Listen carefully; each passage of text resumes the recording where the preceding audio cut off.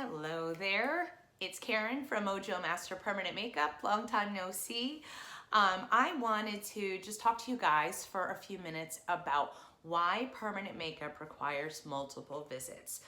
It would be amazing if we could just make one visit and walk out with everything being perfect. But the truth is, in my 20 years of doing this, I have never once had anybody walk in for the 1 month touch-up and say, "You're perfect, you don't need anything."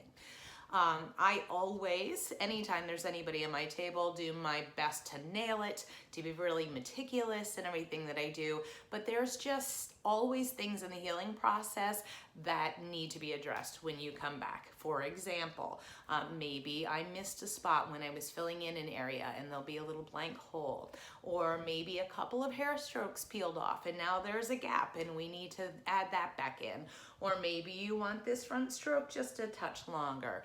These kinds of details are what we chase after at the touch-up, and I love that I have the opportunity to see you a second time so that we can really perfect what we're working on. There are many factors when you're dealing with the human body. It's a funny thing.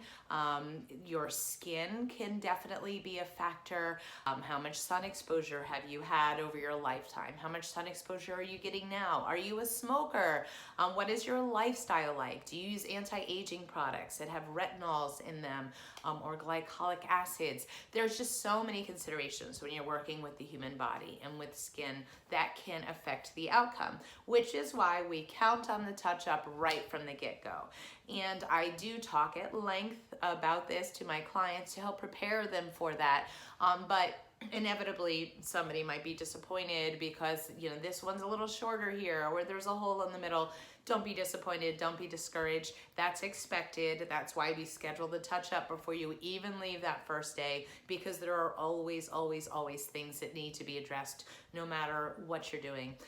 One of the best, most valuable things about being, older and having been doing this for 20 years is I've had the opportunity to make mistakes. I've had the opportunity to fix mistakes, and I fix other people's mistakes. And it's through fixing mistakes that you really learn your craft and how to deal with different variables. So if somebody comes back to me for the touch-up and I see that both of their ends peeled off, that lets me know I need to change my approach with that skin type. Maybe I need to use a different needle grouping. Maybe I need to adjust my machine settings and run it at a different speed. So this is part of the stuff that comes with experience. So just choose your artist well. Make sure it's someone that you trust and somebody that you have a very good communication with, that you have no problem saying, "I don't like something," or, "Can you address something?" and say it before we tattoo it, not, don't wait until after it's done and then say it.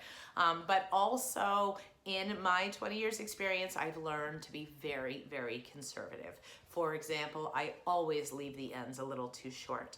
I do that intentionally because swelling does play a factor into what we see when we're working on you. And even though we map out the brows in advance, when you're looking at the finished product that first day and things are swollen and a little bit shape-shifty, it's tempting to want to extend the ends and things like that. But I highly recommend you don't do that. Wait for the touch-up. Then you can extend the ends, make sure they're exactly where you want them, and they'll be beautiful. Hopefully I've answered any questions that you have.